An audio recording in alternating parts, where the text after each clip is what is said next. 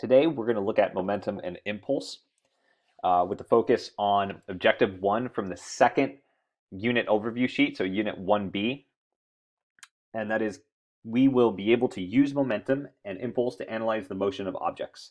And in today's lesson, we're going to define and calculate the motion of an object. We're going to state Newton's second law in terms of change in momentum, force, and time. We're going to sketch and interpret force-time graphs, and we're going to determine impulse in various contexts. That's all we're doing in this lesson. Before we get there, I want to do a mental warm-up. You're at the grocery store, and you push the cart forward with a force of 3 seconds. What is going to happen? And neglect all friction just for simplicity. Well, the obvious answer is the cart is going to move. With key words being cart and move, right? Because the cart is going to have some speed after you push it with some force. So what qualities of the cart is going to affect the movement of the cart? Well, maybe in the beginning of your shopping trip, you're going to push the cart with a force and it's going to travel at some speed, but later on in the shopping trip, you push the cart with the same force, but it does not reach the same speed because what's in the cart? Mass is in the cart. So now we're identifying how mass affects the motion of an object. And we're kind of using Newton's second law to get us there, but this kind of feels like a motion math calculation. It doesn't feel like this net force calculation. And I'll show you why. So linear momentum. We have to start talking about linear momentum because we're going to recognize this quality of an object's motion dependent on mass times velocity. So a linear momentum, which the symbol we use for is P, and that's equal to mass times velocity. So the units we have for this is either, well, kilograms times meters per second, or we're going to eventually see this as newtons times seconds, because newtons is mass times acceleration, and that would be kilogram meters per second squared. So we multiply kilograms meters per second squared by seconds to get us to kilogram meters per second. And that Newton seconds will show up slightly differently in this equation later. So when we look at change in momentum, we have to recognize that linear momentum or any momentum is a vector. So this is a vector. Like I'll put a little vector hat on top of it to say momentum is a vector. So that means direction matters. That means positive and negatives matter. That means direction forward, and moving backwards is going to be kind of additive. Let's talk about what that means. So let's look at the change of momentum for the red ball because it has a certain speed forward of v, and then it bounces off the wall and it shoots back with some speed v. The blue ball gets stuck on the wall, so it ends up with a velocity of v equals 0. So the initial momentum, let's decide that right word is positive and left word is negative. So it has a momentum of m times v. The blue ball will have the same momentum. And then afterwards, it's moving backwards. So it should have a final momentum of negative m times v, whereas the blue ball will have 0.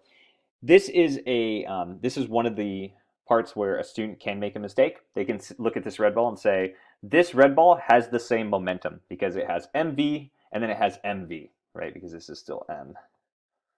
But really, we have to think of this change in momentum as a vector, and therefore we have to see it as a number line where actually the red ball starts here, right? This is like P initial, and it travels to 0 and then travels to negative mv. So our change in momentum is equal to negative mv minus positive mv, so negative 2 mv. And so our change in momentum is negative 2 mass times velocity. Yeah, we're okay with that. And then the blue ball, since we start at mv and we end at 0, we end up with just negative 1 mv, or just negative mv. So the red ball takes more force to push it back to reach an opposing velocity. Think about this of like the difference between I'm going to go to baseball, but it works in anything where you have to like where you hit a ball, or even in football like or soccer, is when a ball comes to you.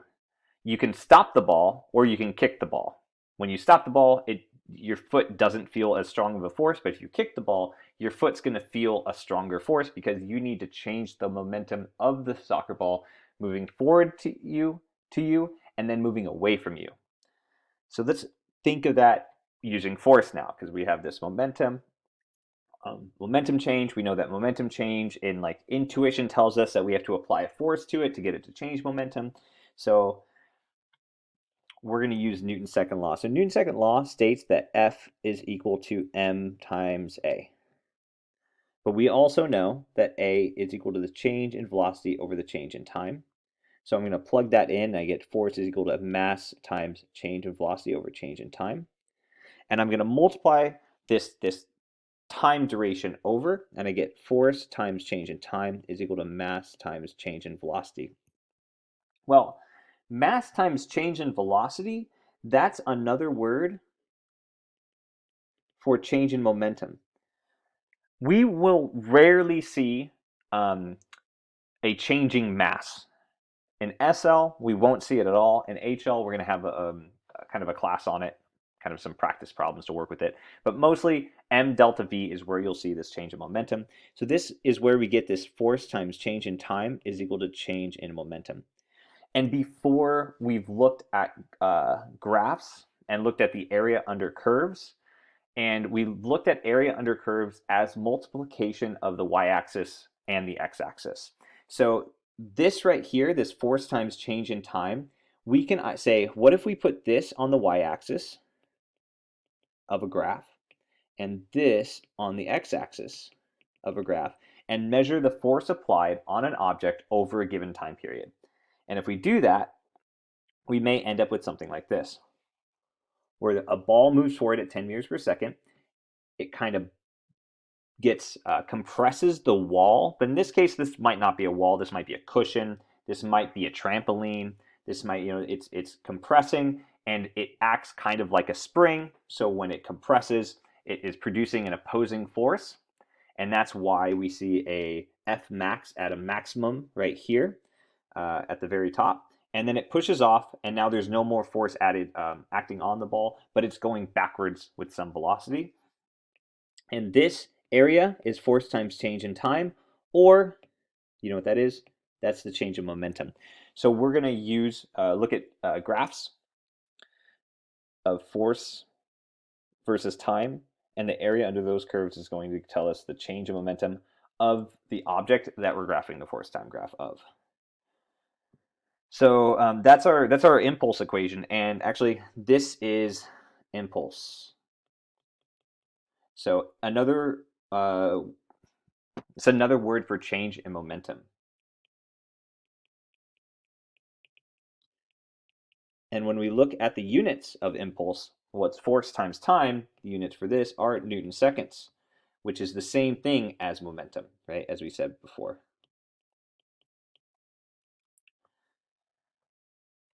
Now these graphs might not end up looking pretty like this triangle graph, or they might be even easier, but all we know is that the area under the curve is equal to the change in momentum in all of these. So we might have a constant force acting on the system. We might have changing forces.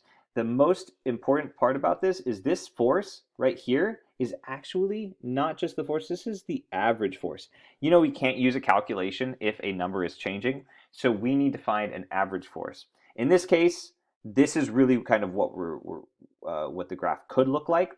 If it's the F max, when we find the force times time in this, we wouldn't want to use F max, because if we did F max times time, we'd end up with too much change in momentum. So we need to use some average force, which is in this case halfway up. And in this situation, it's a little bit too hard for us to find average force. So we probably wouldn't need to estimate this value. But this is more like real world, right? This is more like if you were a car, or if the car is applying the force and you put it in first gear, you press on the gas, it applies some force acting, pushing the car forward. If you keep it in first gear, your car is not going to be able to produce the same force when you reach like 15 miles an hour. Sorry, it would be like 20 kilometers an hour. So you would need to change it to second gear to apply a stronger force later. So this is more like what we would see. All right, now let's apply this concept of force, the average force times the time period. It gives a change in momentum with my favorite example, which is climbing. This is really important for climbing because I have climbed before, and when I lead climb, you climb above the rope. So when you do fall, you actually have quite a bit, a scary amount of free fall, and you'll fall, and the rope is not going to be completely tight, right? Your next anchor point is like right here, and so you have some distance of free fall until the person below you who is supposed to save you, is supposed to catch you, holds onto the rope and then saves you from falling further. So in this situation, I, who am 75 kilograms, I'm lead climbing, and I fall a distance of 4 meters. And since I fall, that means most likely that I started from rest because I was holding on to something and then I let go. I want to show that the speed of the climber as the belayer catches her, I guess this is me, I've changed gender, is 8.86 meters per second. This is not an impulse problem. I am falling from rest, and this is a free fall problem. And when you hear free fall, I want you to think kinematics. So I know my variables, S of y is equal to 4 meters, A of y is equal to 9.8 meters per second squared, U of y, I'm falling from rest, so that's 0 meters per second, and I want to find my V of y. You might ask, why did I set my A of y to be positive? Well, we know that negative just means opposite of some direction. Since I'm always falling downward, I'm not falling or moving any opposite of down, so I just decided down to be positive, and I'll end up with a positive 8.86 in the end. So this is a v squared equals u squared plus 2as equation, where v squared is equal to 0 squared plus 2, 9.8, and 4. If I solve for this, I should get v is equal to 8.86. And don't forget the square root. And I have a speed. So now I have a final speed. At this point in time, I have fallen some distance, 4 meters, and I'm traveling at 8.86 meters per second. Now, this is where climbing ends up being somewhat, right, mostly safe, is that the rope that we use has some stretch to it. And so the belayer is going to hold onto the rope, but since the rope has some stretch, it will take some time for me to stop. So it almost acts kind of like a spring, and it slows my fall down, so I don't have this like jerk and I hurt myself. So the belayer, the person on the ground holding me, feels their fall for a total of 0.25 seconds. So I have some time period, right? That's delta t. What average force is acting on the belayer / climber? So I need to find my average force. So that means I do need to use my impulse. One thing I like to use, I don't use delta p when I put it in here. I actually just automatically go to m delta v, unless I've already calculated my change in momentum. And I have my mass, 75 kilograms. I have my velocity, or I have my change in velocity, right? Because I know that my initial velocity during the during the catching of 0.25 seconds, that I start off at 8.86, and my final velocity is 0 because the person's supposed to stop me from falling. That means that if I connect those two together, that I get a change in velocity of just 8.86. Right, final minus initial. And technically it's negative, so let's make it negative. And let's plug everything in. So I have my force, I'm just going to write F now, 0.25 is equal to 75 times 8.86. And I can solve for this. And really, this is just kind of an elaborate way to use F equals ma. But it becomes useful in other cases, especially when we have graphs of force time, because then we use an average force, and it makes things easier. So I end up with 2658, but 2660 newtons. Now this is important. I mean, I'll just tell you my experience as a climber, because this is telling me how much force is acting on the rope, is acting on my harness, is acting on the quick links. When I say quick links, I'm thinking the carabiners that are connected to each of us. And these carabiners are made of metal, and they have a rating to it. So if we looked at one of those carabiners, it would tell you the minimum force before braking, or maximum force before braking, I should say. And it's way above 2,700 newtons. But it's good to know that like the tools we use in climbing are actually really, really safe. So this, what we've just done, they run tests like this with all the devices for climbing using the exact same math. So this is how we test how safe ropes are that we use in climbing, how safe the tools we use, the carabiners, the belay devices, the harnesses, all of that are tested using this calculation and some data that we do in the laboratory. I'll show a video of that. I'll share a video of that with you because I think it's cool. And that's it. That's it for this lesson. We do have a higher level problem type that we will get to. I'm going to make that into a different video. Otherwise, I will see you in class.